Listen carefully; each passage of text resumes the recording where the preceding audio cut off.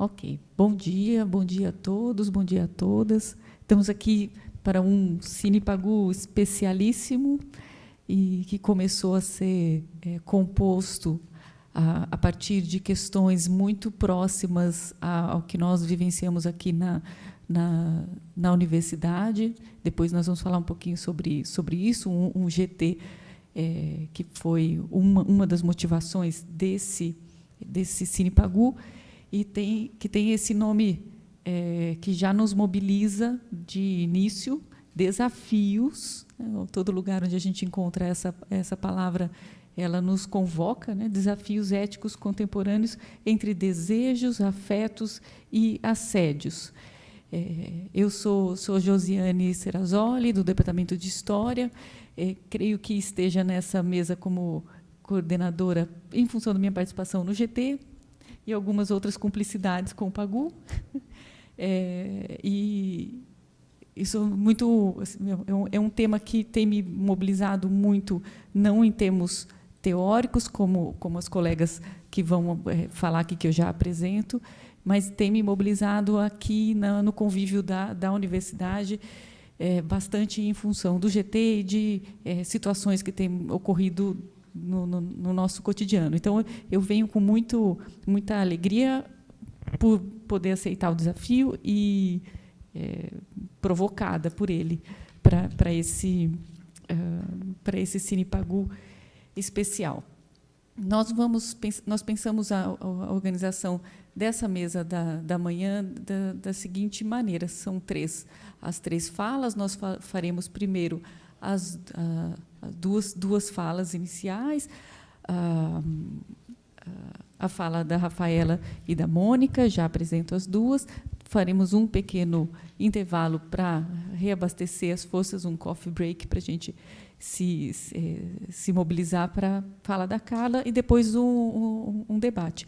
O café está condicionado à participação no debate. Quem tomar café vai ser trancado aqui dentro da sala para debater. Tá? Isso é a coordenação da mesa que impõe essa condição. Bom, eu gostaria, então, de apresentar já as três, para depois deixar a palavra com elas, que é o que nos motiva a estar aqui. Então, Rafaela Vasconcelos Freitas, que já agradeço muito pela presença, que acordou numa hora inconfessável para poder estar aqui, vindo de Belo Horizonte. A Rafaela tem toda a sua formação na psicologia, dentro da Universidade Federal de Minas Gerais, em psicologia social, e acho que o título da tese ajuda a entender um pouco também quais são as áreas de interesse da Rafaela.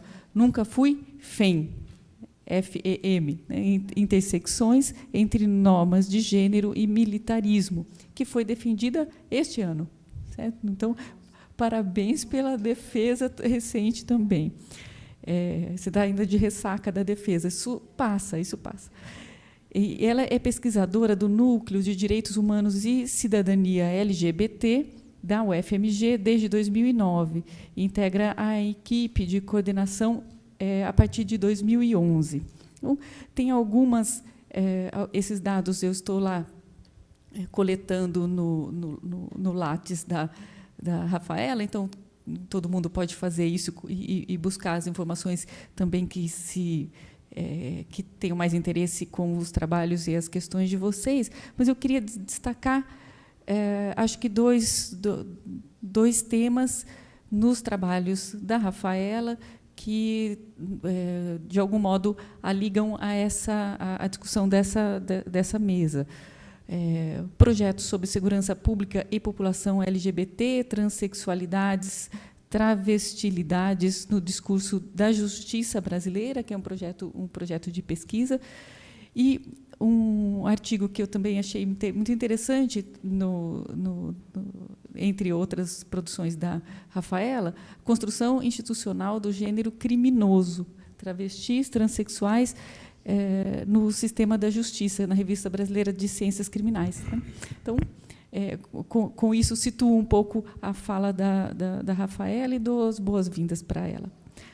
A Mônica Brincalep Campo, acho que colocaram um S no sobrenome da Mônica no folheto, risquem o S, não tem, é Campo. E também dou boas-vindas para a Mônica, deve ter acordado também cedíssimo para estar aqui. Eu trabalhei com a Mônica em Uberlândia até 2011, exatamente. Então, é difícil apresentar quem a gente conhece. A gente vai para o Lattes e fala, quero corrigir esse Lattes, né? Não tem mais coisa, ela não colocou.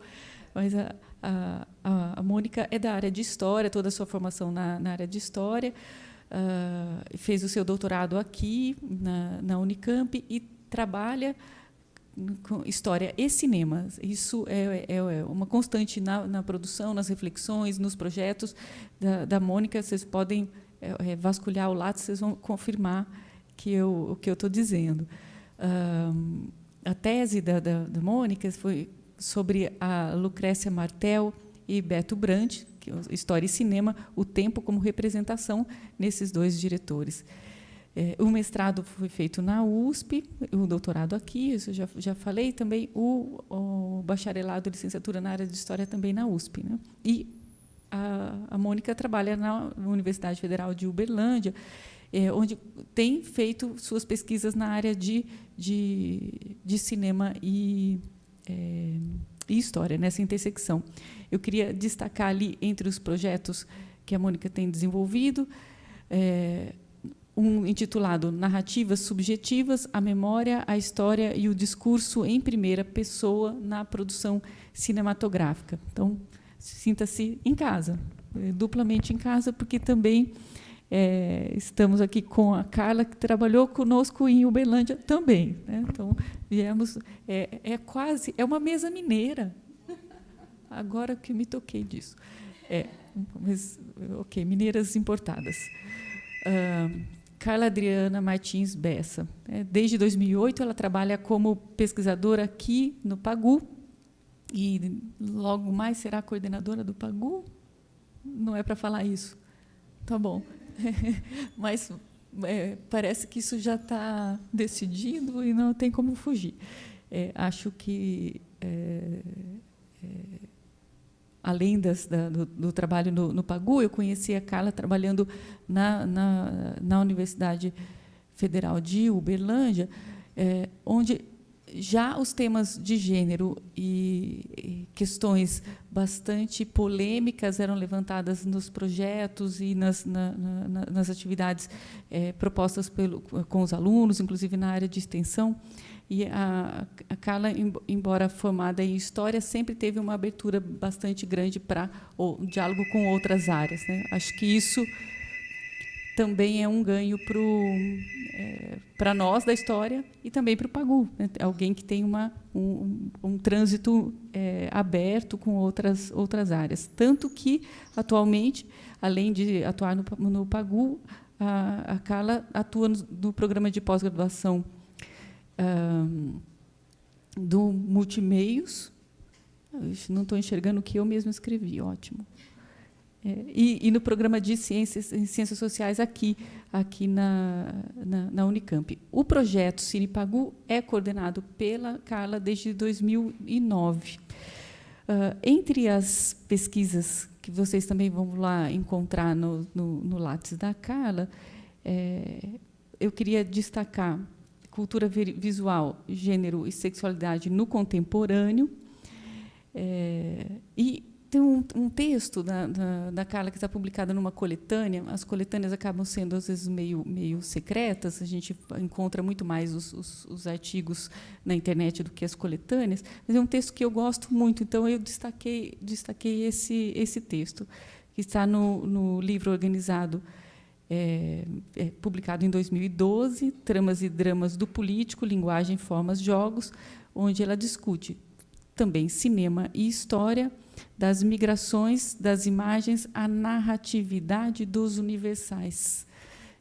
Essa discussão sobre os universais tem um primeiro parágrafo nesse texto, que eu acho que ele demorou uns meses para ser composto, que eu recomendo. Assim, realmente ajuda a situar muitas coisas. Bom, eu passo, então, a palavra para Rafaela. Você tem meia hora e eu vou te avisando aqui do tempo. Tá?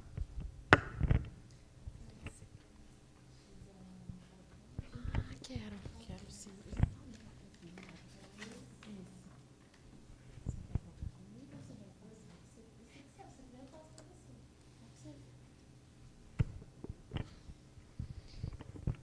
Bom dia, gente. Primeiro, eu queria agradecer muito, Carla, pelo convite. Eu sei que ela trocou umas ideias com o Marco, que foi meu orientador lá em Minas durante esse tempo inteiro. Como a nossa colega falou, eu fiz toda a minha formação na UFMG e sou filha do NU, o nosso núcleo lá, desde a graduação, pesquisando questões de gênero e sexualidade, em especial questões trans, né, ou experiências, ou que as experiências trans nos ajudam a entender em relação às normas de gênero e de sexualidade. E o que eu vim conversar com vocês hoje é um recorte da minha tese, que eu defendi final de agosto agora desse ano, e logo depois já pulei para um pós-doc no Sul. Estou ainda assim, né, nem recuperei da ressaca ainda, mas já com outras questões para pensar. Mas eu fiquei muito feliz com o convite, porque foi um exercício também retomar uma coisa que foi muito interessante para mim durante a tese. A minha tese, intitulada Nunca Fui FEM, Interseções entre Militarismo e Normas de Gênero na Trajetória de Combatentes Transsexuais, buscou acompanhar sujeitos transexuais militares no militarismo estadual, ou seja, na Polícia Militar e, principalmente, no Corpo de Bombeiros, lá em Minas Gerais. Esse foi o foco da minha tese. Só que eu me deparei... Para poder contar essa história, para poder contar essa trajetória, eu tinha que entender esse contexto. Eu sou civil, assim como nós, né? Uma categoria que a gente aprende quando a gente começa a conviver com militares, porque a gente não se denomina assim, né? Mas acaba sendo nomeado assim quando você começa a transitar entre esses profissionais. E, para poder contar essa história, eu tinha que entender esse contexto. Eu tinha que entender o quartel e eu tinha que entender esse regime militar dessas instituições. E, quando eu comecei a conhecer, eu me deparei com uma situação tão alarmante sobre gênero, sobre relações de gênero naquele espaço, que eu não pude simplesmente contar a trajetória dos meus sujeitos trans, né, dos meus interlocutores trans, que, por acaso, eram 2 homens transexuais majoritariamente. A situação das mulheres cis, lésbicas, heterossexuais, com filhos, sem filhos, de todas as idades, de todos os recortes, foi algo tão marcante que eu tive que trazer isso para a tese também. E hoje a minha participação aqui no Cine foge um pouco da ideia do cinema, mas traz um pouco uma reflexão sobre assédio e como que isso atravessa essa minha busca na tese.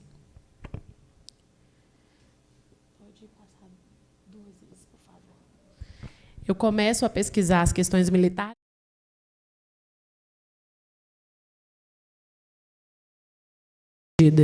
Nesses quase 5 anos aí para desenvolver a tese, né, considerando o período anterior até a defesa, ficava eu de civil ali no meio de um mar de fardas, né, seja nos quartéis lá em Minas Gerais ou nos eventos nacionais que eu acabei participando.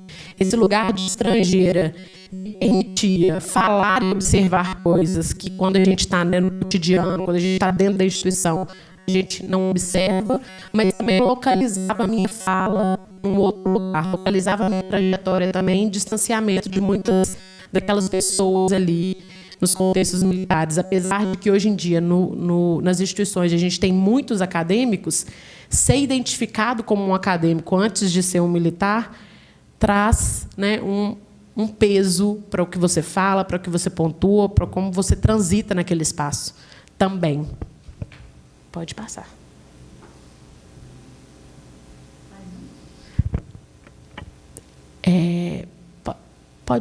Pode voltar, por favor.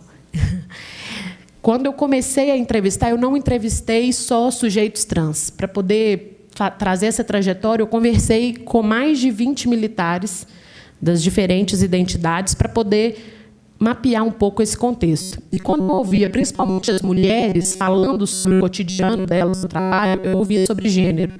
o tempo inteiro, ainda que elas não falassem sobre isso, ainda que elas não nomeassem o que elas estivessem, né, relatando ali como questões de gênero.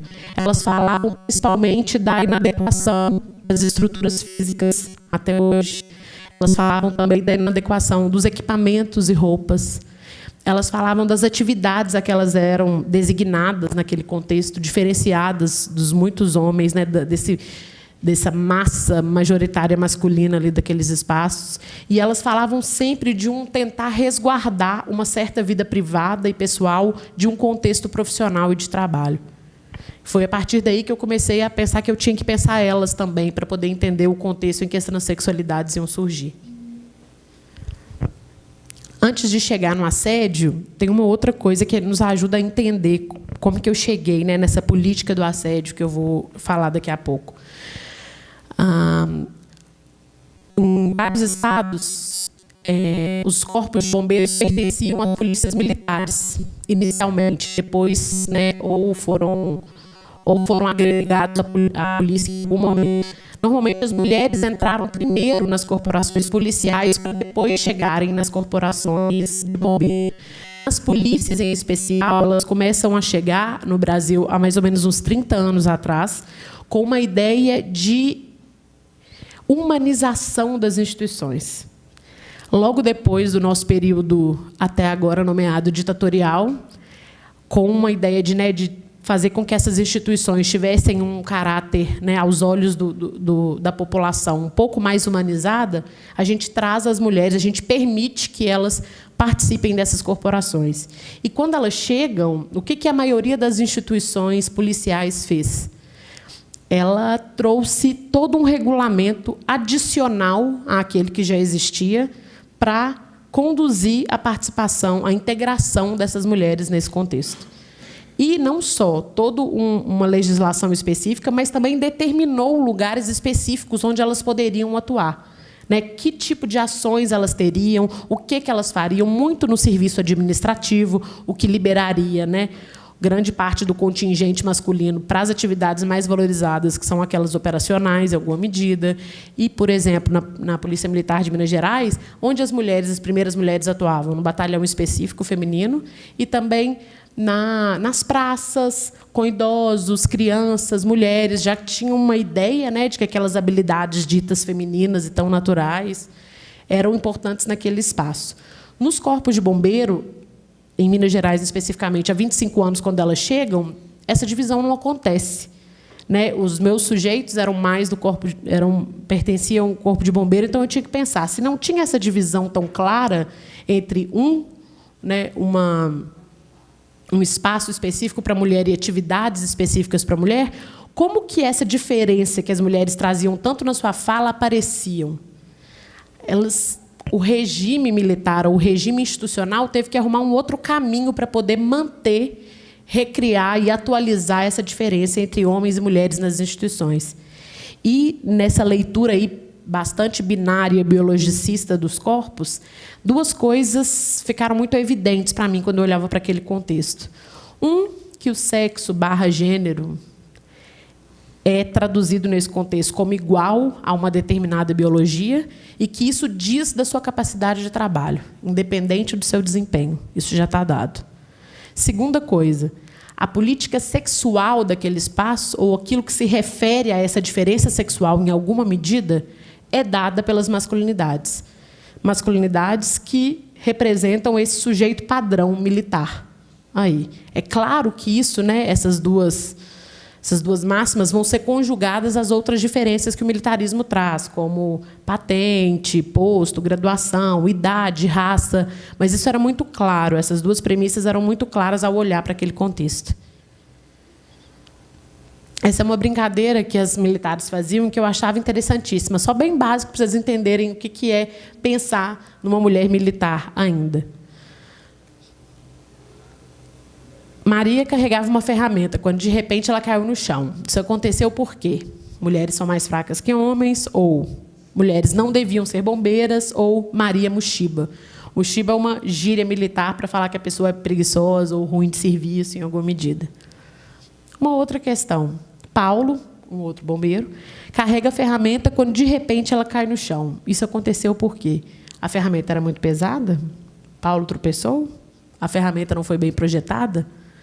Dá para a gente entender minimamente como é que eram avaliados, como é que são avaliados o trabalho e o pertencimento desses sujeitos nas instituições. Né? O que você coloca em questão quando você está avaliando determinado desempenho? Isso quase ou mais de 30 anos de inclusão dessas mulheres. FEM é um termo que eu aderi na tese porque as mulheres militares começaram a ressignificar. FEM é o diminutivo de feminino. Quando as mulheres chegaram nessas instituições, elas eram designadas como policial feminino, FEM, ou bombeiro feminino, FEM. E, no cotidiano, elas são chamadas, generalizadas nesse chamamento como FEM. Então, a FEM não sabe fazer, isso é serviço para a FEM, eu não gosto de FEM, tal sujeito não aceita FEM. Isso sempre chamado de forma muito pejorativa.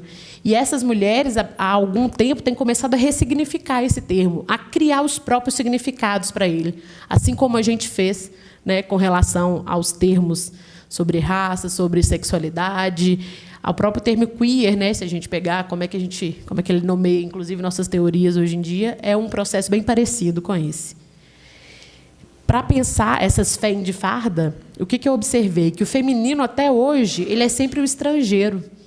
Ele é sempre alguém que parece que está pedindo permissão ainda por pertencer àqueles espaços, que tem o seu desempenho e a sua capacidade física, como a gente falou antes, atrelados a uma certa ideia do que é a biologia, tem sempre o corpo à prova nas atividades que realiza, nos cursos de formação, no cotidiano, e é um lugar onde se identifica menos saber e legitimidade institucional.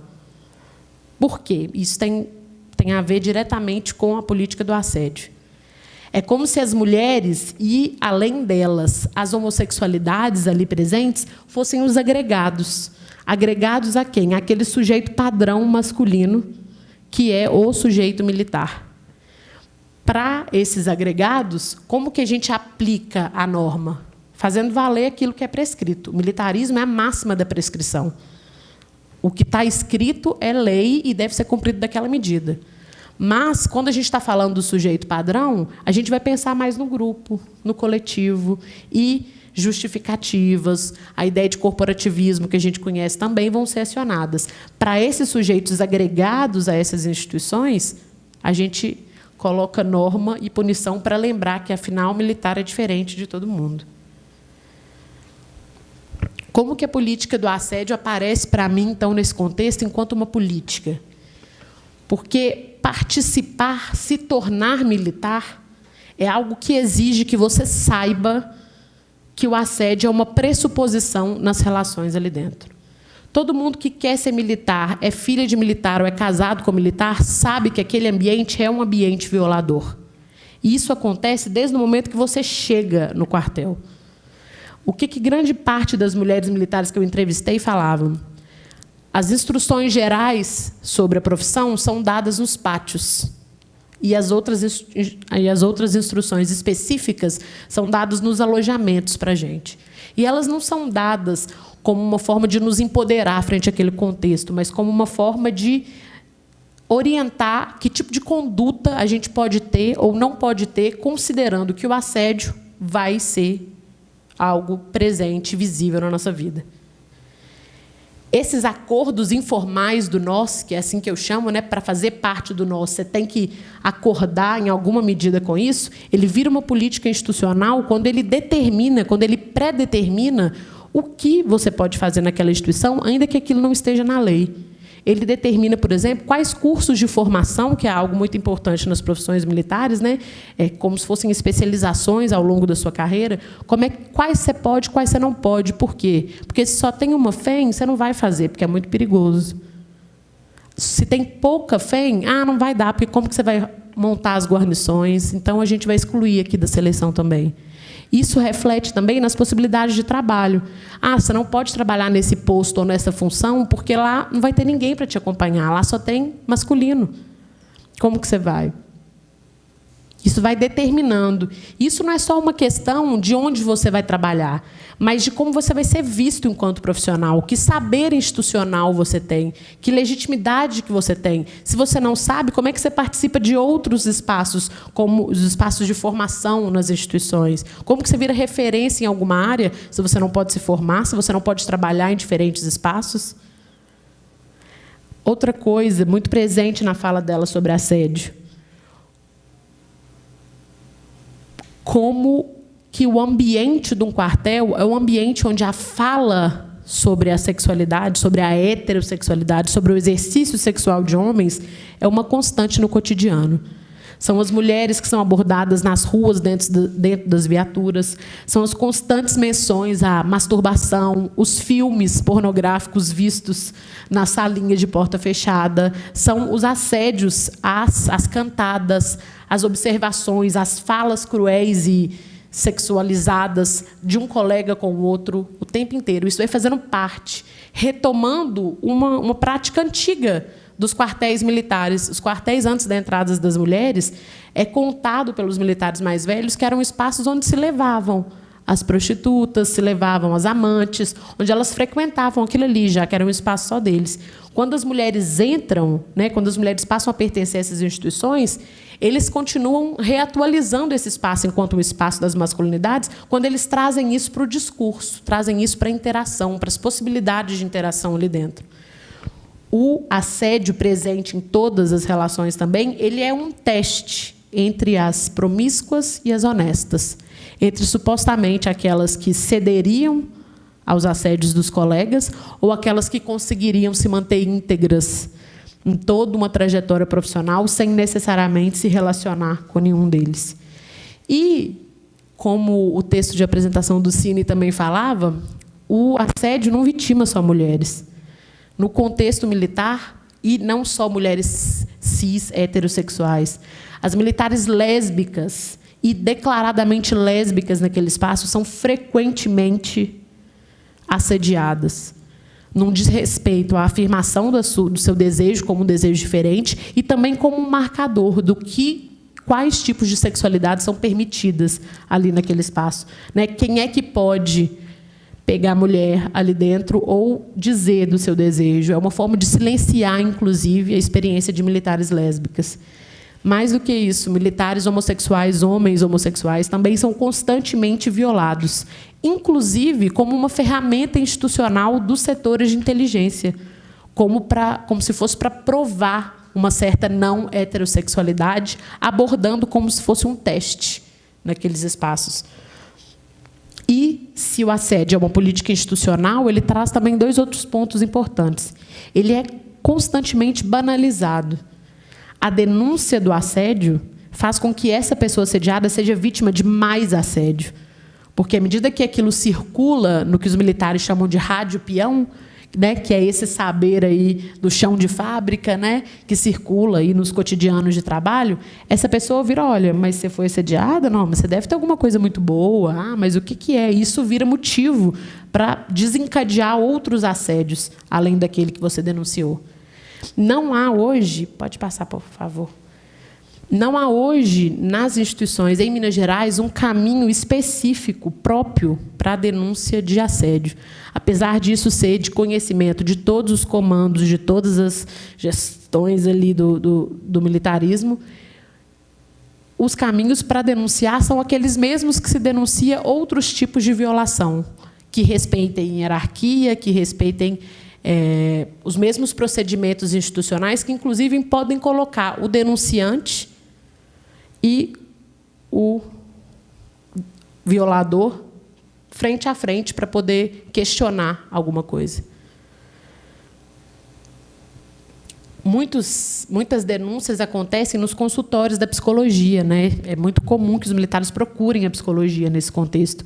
E as soluções possíveis, quando a denúncia acontece nesse espaço, são sempre individuais. São sempre, por exemplo, afastar aquela mulher que foi assediada ou aquele sujeito que foi assediado em alguma medida daquele contexto de trabalho, mas manter o assediador com todos os outros.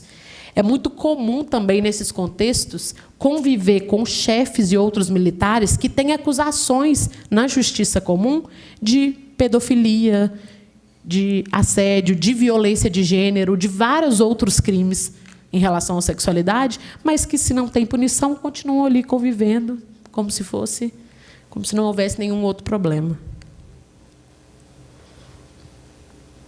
Duas coisas eu discuto na minha tese. Eu começo a discutir na tese e pretendo desenvolver mais agora nos artigos, que é pensar, primeiro, um caráter performativo do que é o se tornar militar, que é uma coisa que eu acho bastante interessante, que, inclusive, nos ajuda a entender um pouquinho, destruir um pouco essa unidade, essa diferenciação que se espera do militarismo, né, que se reafirma sobre o militarismo. E um outro ponto que eu acho interessante para nós é pensar como que o regime militar se sustenta nas normas de gênero. Ele precisa das normas de gênero para ele se reproduzir. Em que medida? É preciso entender que as mulheres, é preciso se afirmar, mesmo dentro do regime militar, que as mulheres têm menos valor, que as mulheres são menos capazes, que as masculinidades estão no topo das hierarquias, que violência de gênero não é violência, são relações interpessoais comuns, tudo aquilo, né, que a gente conhece sobre as relações, para que a gente possa reproduzir o militarismo. Quando uma mulher militar ocupa um lugar no alto da hierarquia, ou quando alguém que socialmente, né, em relação às normas de gênero, está inferior nas hierarquias, ocupa algum lugar de prestígio militar, o que acontece perante a instituição normalmente? Se deixa de respeitar os próprios critérios militares, que são pilares fundamentais no militarismo, para manter a norma de gênero.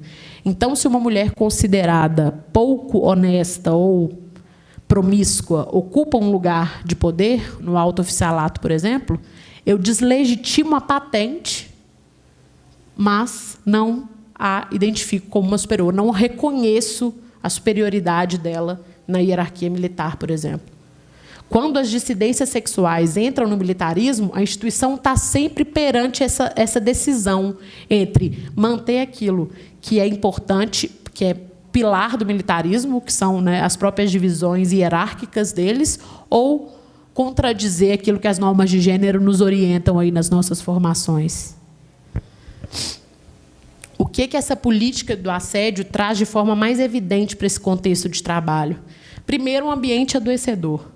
É muito comum ver uma série de mulheres militares extremamente adoecidas mentalmente por esse contexto de violação constante naqueles espaços, né? Buscando aí outros, buscando menos, investindo menos nas suas carreiras profissionais, ou buscando medicações, ou buscando auxílio psicológico em função desse contexto.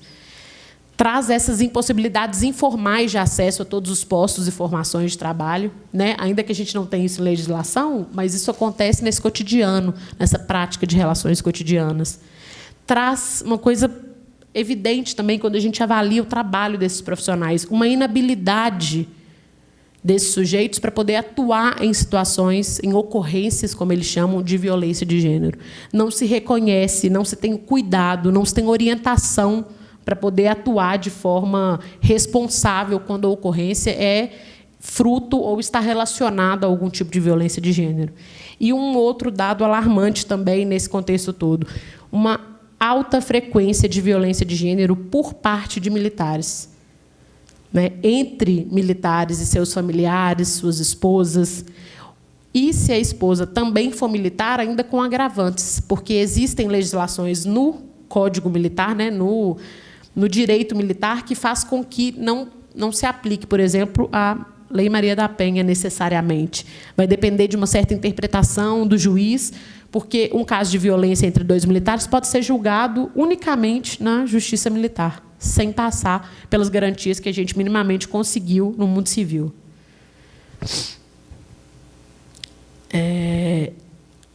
Só fazendo um link para a gente terminar, então, com relação aos movimentos de mulheres, né, os movimentos feministas, como é que eu vi isso, essa relação nos contextos militares?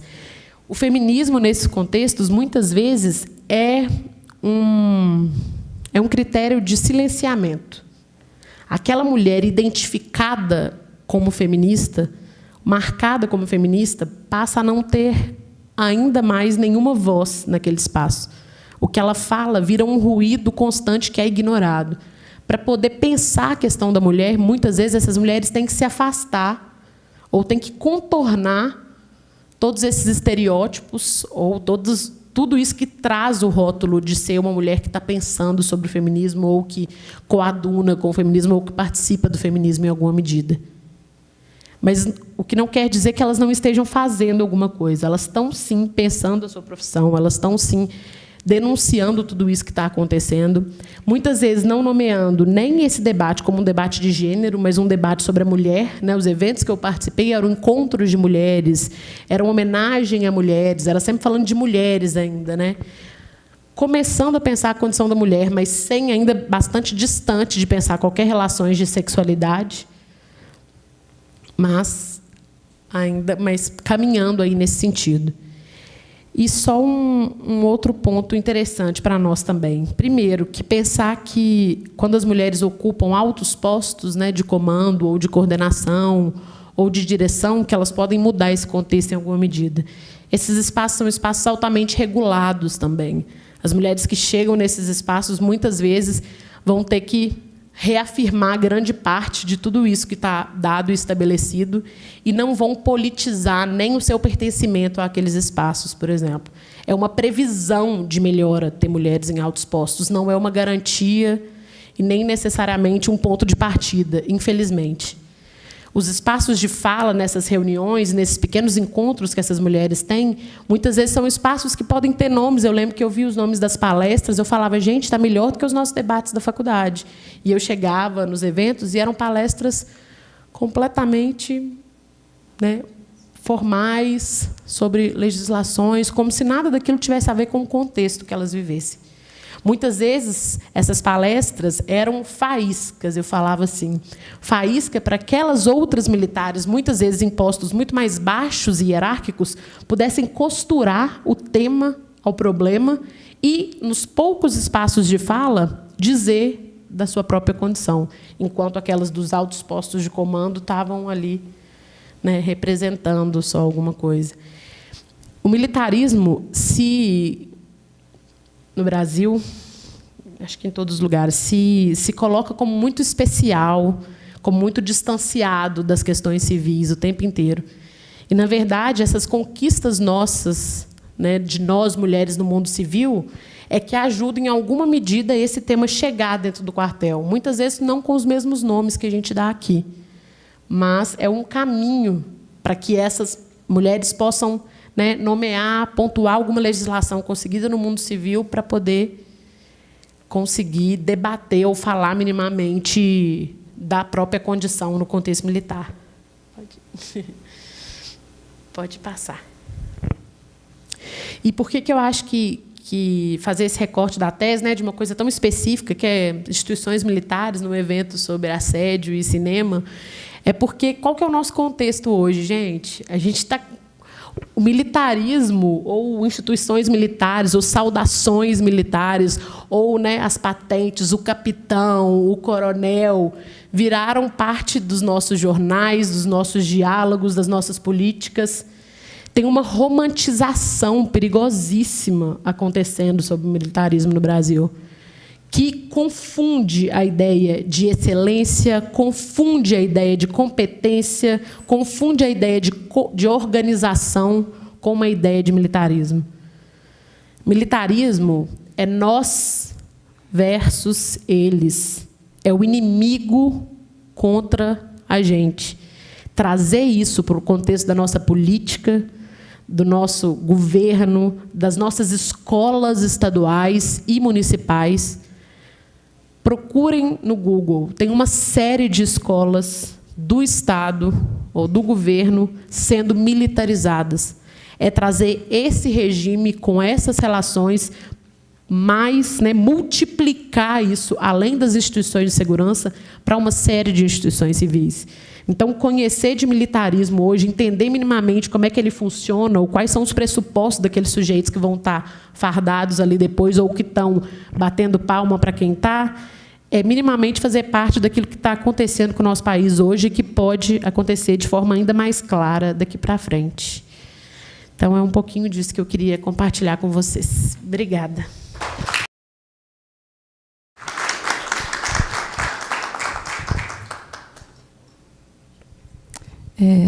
Carla, vamos trocar de... Você quer que eu passe? Não, eu me perco.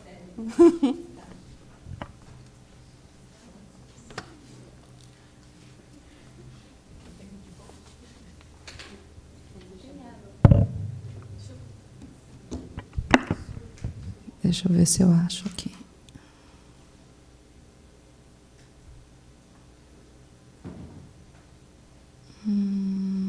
Qual é o que coloca ele? Esse? Não. Esse? Não. Qual é? É esse play aqui. É o play direto? É. O meu é diferente. Ixi, cada vez é um. Como é que vai para cima e para baixo? Não, essa aqui. Essa aí. Ah, Agora, ok. só aqui. Tá bom, grazie. Então, bem, quero agradecer o convite,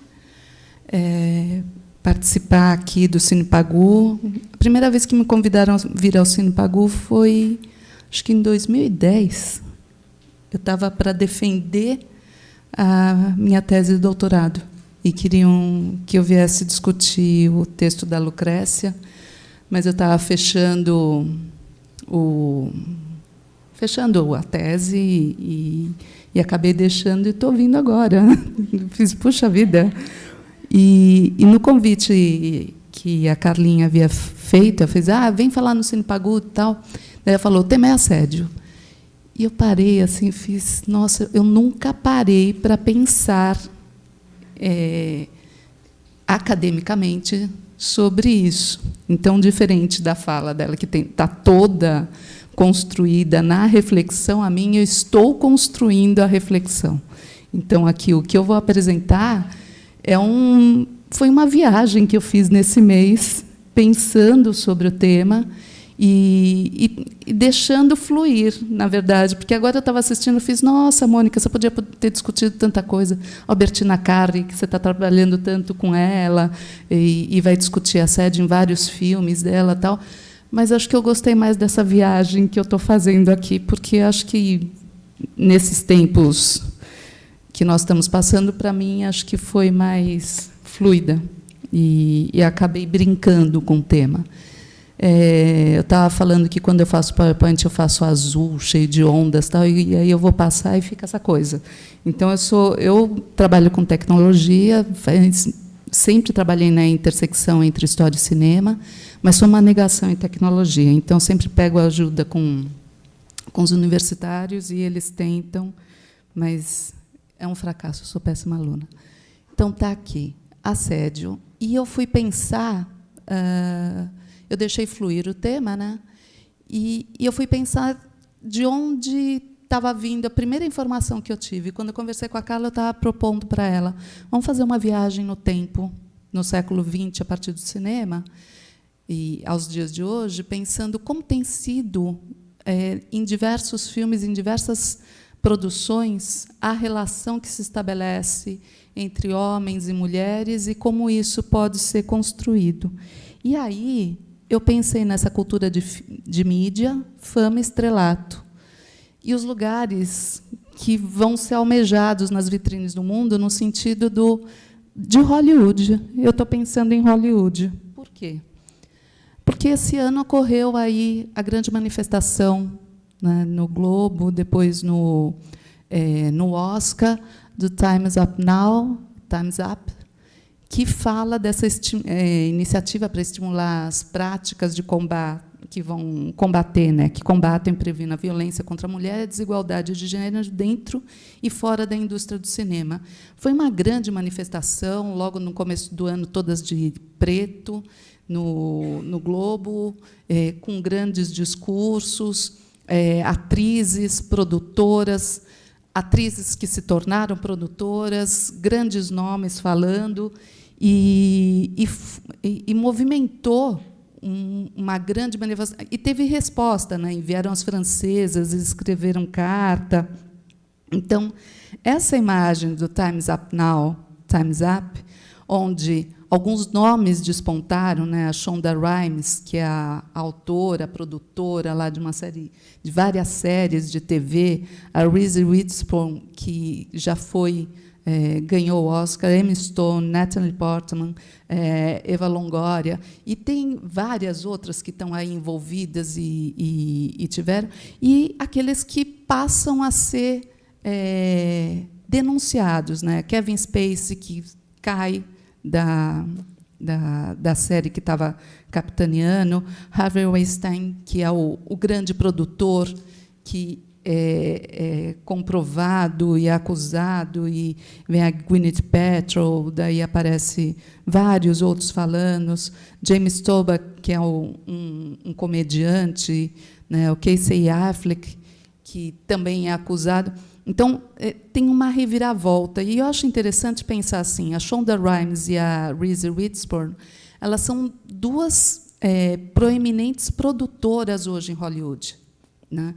Então, elas estão à frente, não somente, então, se a Reese Witherspoon desponta ela como legalmente loira, e depois ela ganha Oscar com outro filme e tal, mas se ela desponta com aquela aparência da loirinha, né, que sempre teve em Hollywood, hoje não. Hoje ela virou a mesa e elas estão ali se colocando como aquelas que querem ser cacique, sim, em Hollywood, e que elas vão mudar essa configuração.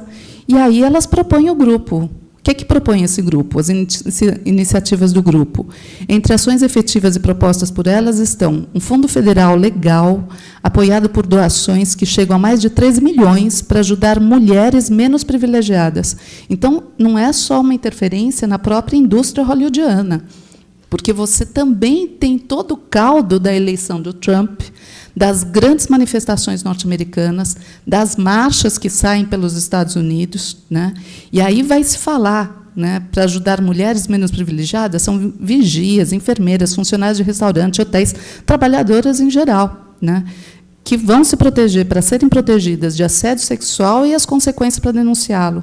Elas propõem leis para penalizar empresas tolerantes ao assédio persistente e desencorajar o uso e os acordos de silêncio de vítimas. O Google é denunciado, a Apple é denunciada. Você tem várias grandes dessas empresas que estão aí na linha de frente. Uma diretriz para alcançar paridade de gênero em estúdios e agências de talento. A famosa prova do sofá, né, que tanto se falou e tal, elas entram em cena para falar sobre isso. Querem garantir a representatividade, oportunidade, benefícios, salários iguais para todas as trabalhadoras, aumentar o número de mulheres em cargos de liderança. Então, a ocupação do cargo de liderança e você pensar a questão desse sistema. E, ao longo do ano, você se manteve uma série de outras denúncias. Então, falando, não é só a questão de gênero. Pretas, negras, não recebem também. A gente não tem oportunidade, então também vem denúncia. Aqueles filmes, me arrependo de ter feito, né? Então, amplia-se a fala e cresce o movimento.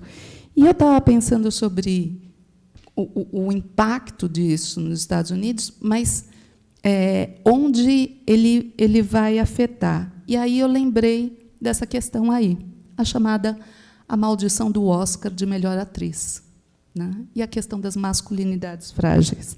E essa daí é para a Suelen, né? Então, quando a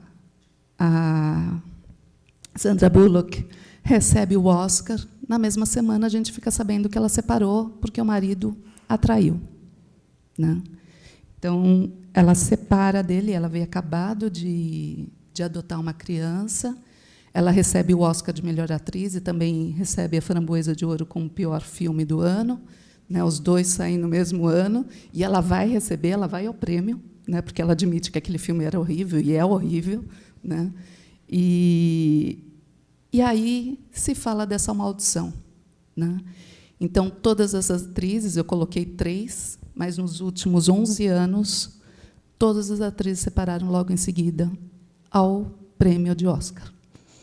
Recebe o prêmio e são chifradas, né? Imediatamente. Daí você fala, não, mas isso é coisa de mulher que está falando, imagina, que absurdo, não sei o quê.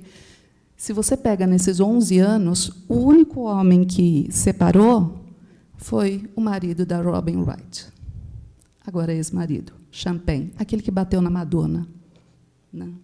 Então, falar sobre essa questão do assédio é lembrar o impacto dessa indústria e lembrar o impacto do que significa esse cotidiano que a gente assiste e faz parte da nossa formação, e a partir do qual a gente vai trabalhar, esmerilhar as próprias resistências que existem aí. Então, como a Robin Wright, que também é coprodutora da série, né, que é a atriz que está lá, que assume o lugar do Kevin Spacey, né, que carrega a última temporada, que você tem ali toda a discussão sobre o poder, né? Então, que lugar social é esse que é posto, aonde o gênero permanece colocado e ele foi sendo reafirmado? Historicamente, eu posso pensar isso do final do século XIX para o século XX, eu posso pensar da modernidade, da ascensão do processo da modernidade para os dias de hoje, nesse fluxo, refluxo da relação que as mulheres vão vivendo em sociedade. E eu pensei em fazer essa brincadeira a partir de uma estreia que teve na época que eu conversei com a Carla, fiz, vou discutir com a Greta Garbo, né, que eu amo de paixão, para mim era um modelo de mulher. Quando eu era criança, né, eu almejava ser Greta Garbo. E aí estreou Nasce uma Estrela, que é um filme da minha infância, né? Para quem teve infância nos anos 70, como eu, nos anos 70, a televisão tinha uma programação de cinema fantástica. Minha formação cinéfila é de televisão. E na televisão, na sessão da tarde, passava filme dos anos 30 a anos 50. À noite, passava dos anos 70, porque daí era mais complexo. Sábado à noite, assim, era sessão especial, então você tinha que meio que negociar com os pais para poder assistir. E aí você tinha os diversos outros filmes em sessões específicas, né? Então, Festival Charlie Chaplin, filme mudo, tal. E como eu sempre fui disciplinada, uma boa virginiana, então eu nunca perdi aula, porque eu assistia os filmes madrugada dentro, mas no dia seguinte eu estava na escola. Então, Nasce uma Estrela é a quarta adaptação ou readaptação do mesmo filme, né? E para quem assistiu o filme, então, quem pretende assistir filme e não gosta de spoiler, pode sair, porque eu vou contar, tá? E eu vou contar as 4 versões que tem aí e mais a inspiração dessas versões. Nasce uma Estrela, na verdade, é sobre a decadência de uma estrela, a decadência de um homem, né?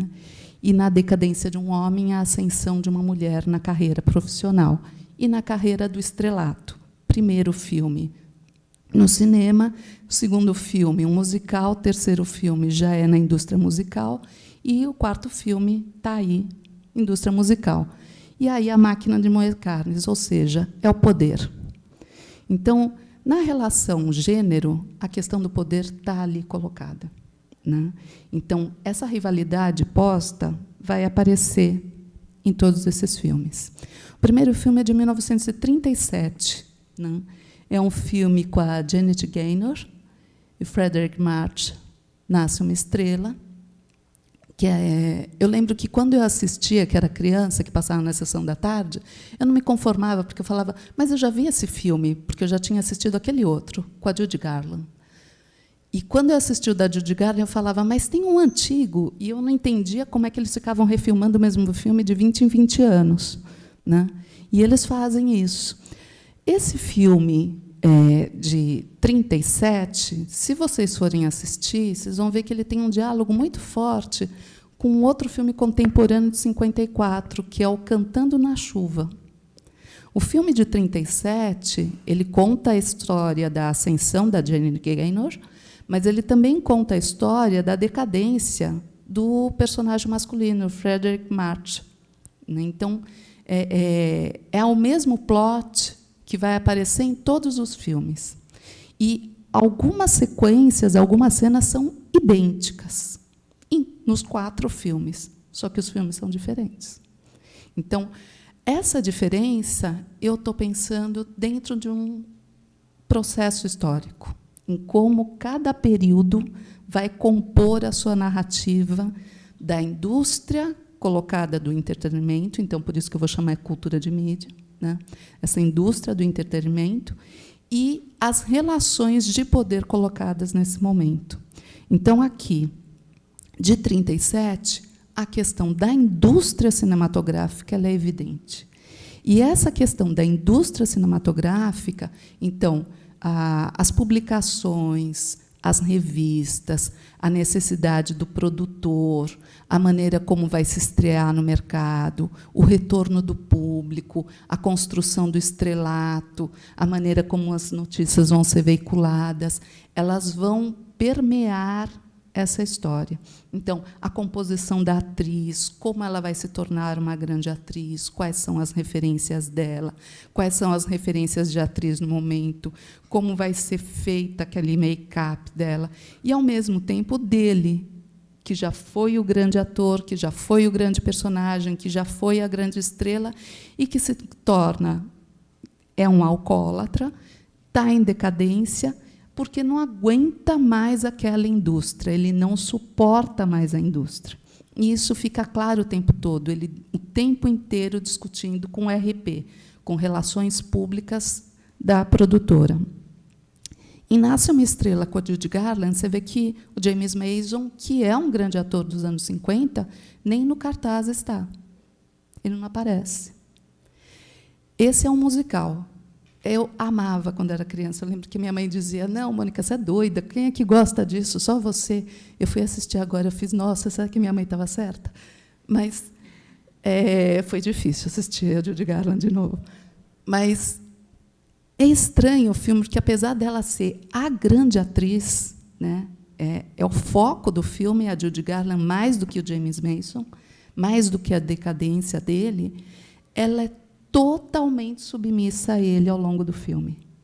Ela se declara, eu vou abandonar a carreira, né, porque eu tenho que cuidar dele, eu largo tudo, fico com ele, não sei o quê. Os filmes seguem a mesma trajetória, só que o tipo de relação que as personagens vão compondo vão se diferenciando. No filme de 76, com a Barbra Streisand, isso fica mais gritante.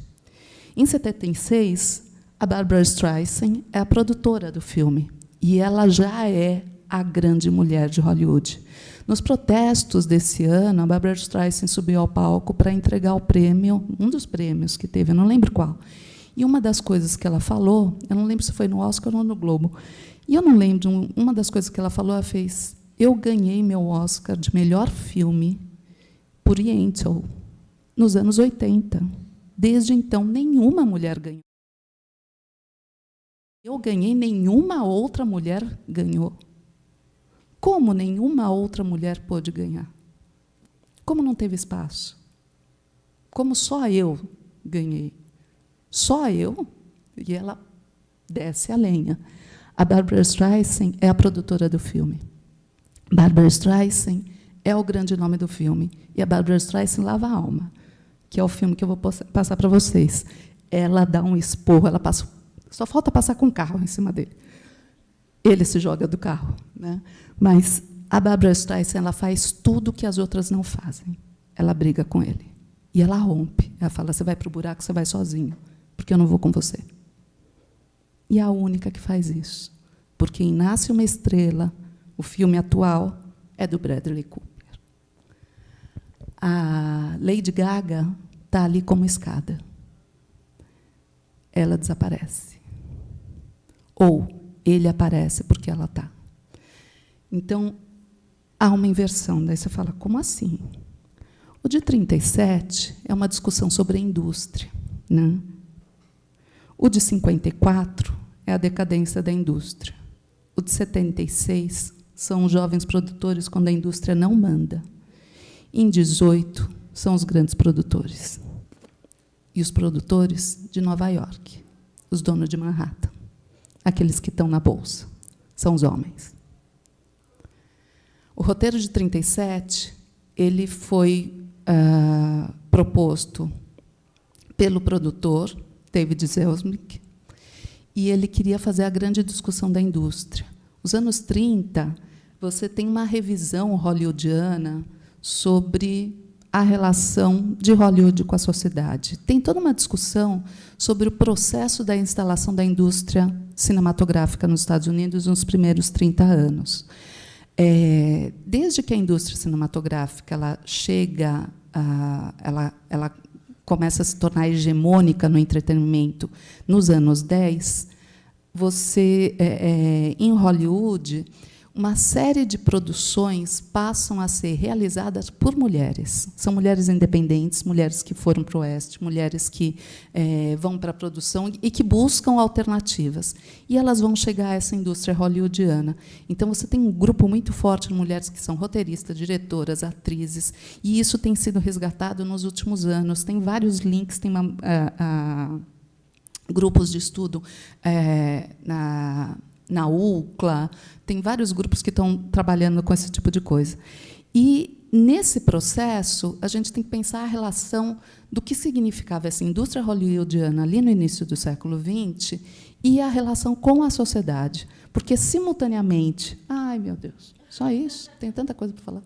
Então, simultaneamente a esse processo, o que vai acontecendo? Você tem a resistência da própria sociedade. Grupos religiosos, pentecostais, protestantes, né? Então, é o grupo pentecostal da segunda geração, lá do século XIX, e uma Liga Católica, eles vão estabelecer regras, né, de conduta e tentar cercear esse processo. Quando a gente olha o roteiro desse filme, está lá o William Wellman, que é o diretor do filme, que é um diretor que é famoso por filmes de ação. O grande filme dele é Asas, né? Robert Carson, mas, principalmente, Dorothy Parker e Alan Campbell. A Dorothy Parker é uma das principais autoras, poetisas, artistas, escritoras do início do século XX e vem falecer aí, acho que em 76, não lembro qual é o ano que ela vem a falecer. Ela deixa toda a herança dela, o que restou da obra dela, os direitos, para a fundação do Martin Luther King. Ela militou no Partido Comunista.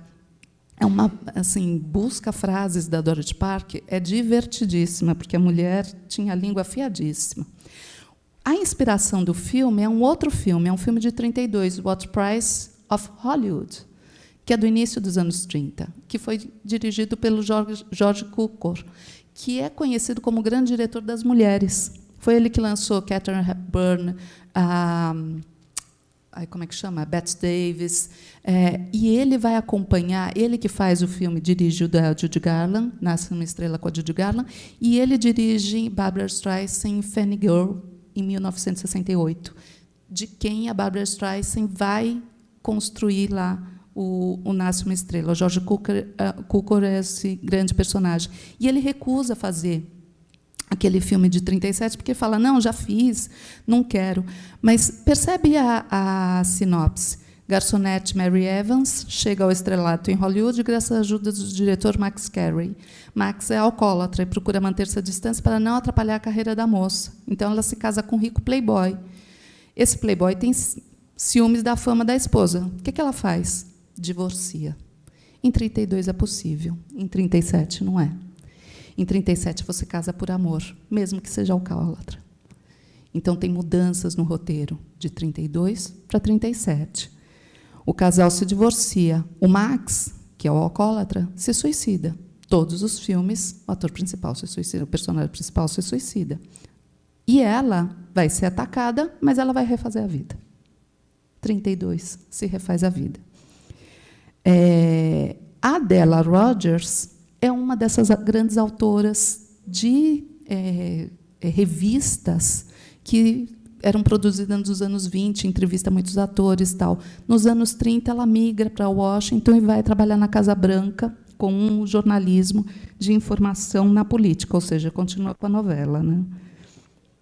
Aí, a Dorothy Parker que vai escrever roteiros ao longo de muito tempo, aí vai ficar em Hollywood até os anos 60, 50, 60, alcoólatra.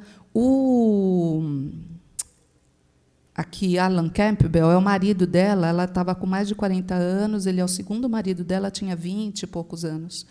E ela casa 2 vezes com ele, né?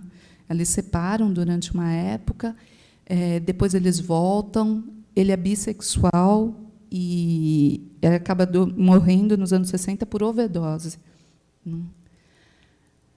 Do primeiro filme, né, de Nasce uma Estrela, tem um personagem que é a Vovó Letty, que é feita pela May Robson, uma atriz australiana, a primeira atriz indicada ao Oscar, australiana, né, indicada ao Oscar. E a May Robson, ela faz um papel de alter ego ali da personagem central, porque ela ameaça ir embora. Ela briga com o marido dela quando ele é alcoólatra. Todos os filmes têm a sequência da humilhação da mulher, né? Então, nos 2 primeiros filmes, a atriz de Nasce uma Estrela vai receber o Oscar de melhor atriz, e ele chega bêbado ao evento e interfere no evento, rouba a cena e dá um tapa na cara dela, sem querer, mas esbofeteia ela. Com a Judy Garland é a mesma coisa, ele invade o evento, fala e acaba esbofeteando ela. Com a Barbra Streisand também ocorre a invasão do evento, né? Mas ele não a humilha publicamente, esbofeteando ou fazendo qualquer outra coisa.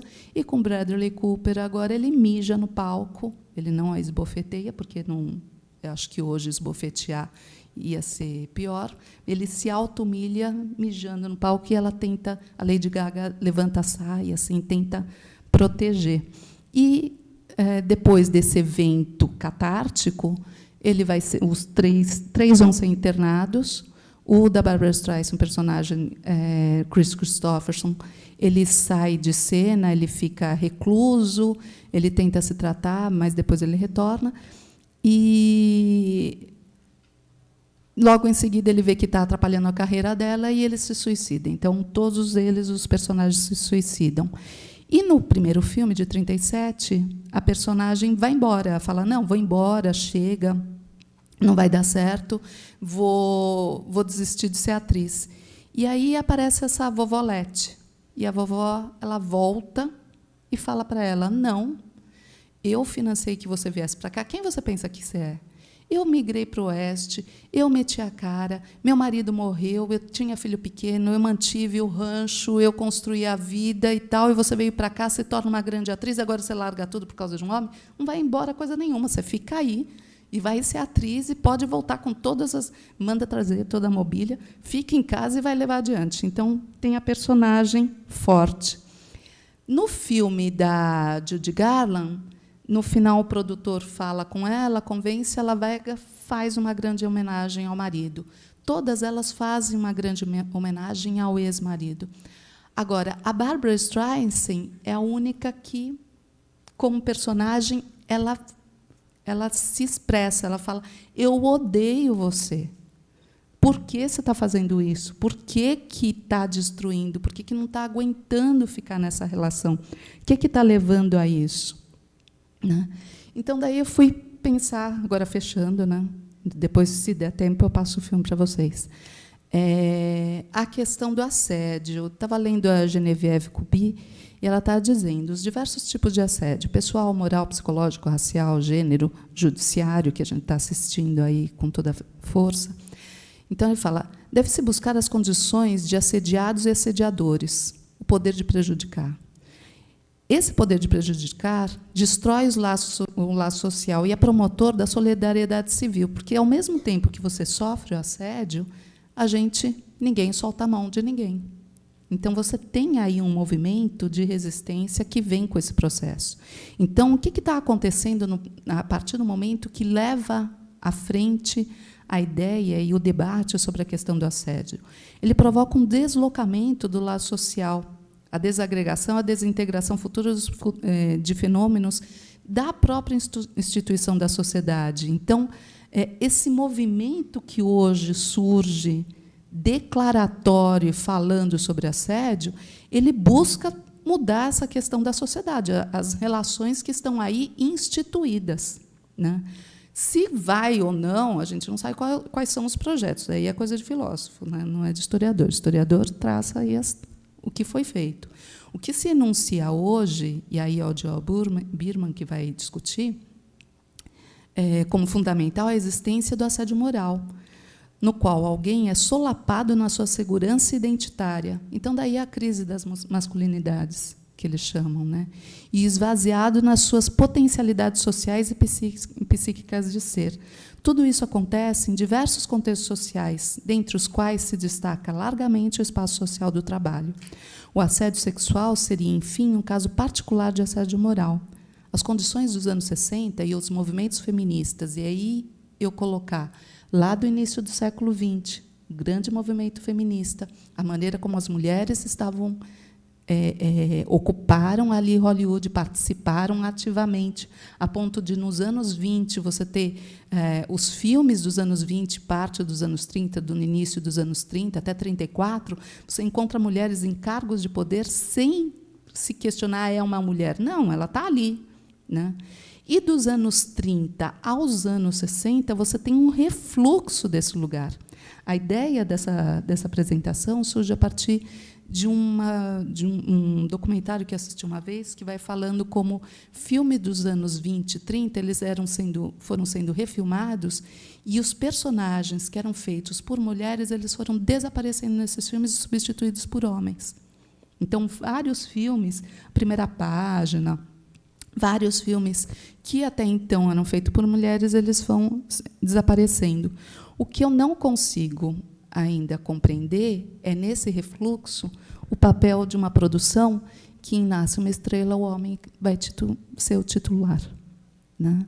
Então, ele é o grande produtor.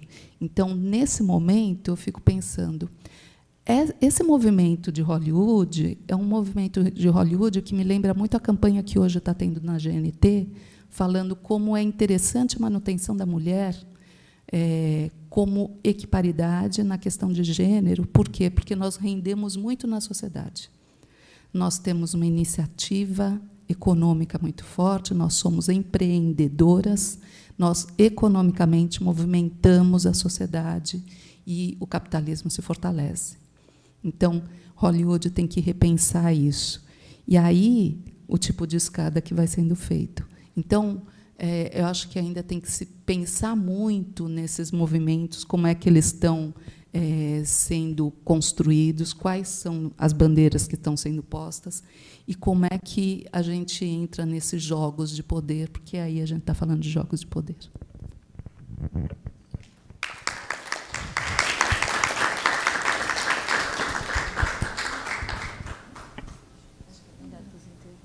Não, acho que não. Eu não sei, eu estava louca para ver o filme, mas eu acho que não dá tempo, porque senão a gente perde. Então, pegar o café. Podemos, tá. Então, 10 minutos? 10? Tá. Então é o seguinte, gente, tem um coffee break, já chegou, né, Gabriel? Tem um coffee break, vamos banheiro, café, água, voltar, e aí eu faço a minha fala, a gente está louco para ouvir as questões que vocês têm para a gente conversar, ok? Quem pegar o café tem que ficar... É obrigatório. Como é que é, Josiane? Quem tocar no café vai ser fotografado e vai ter que vir aqui, não pode fugir do debate, tá bom? Sobre assédio, uma ilustração. Vamos lá, gente.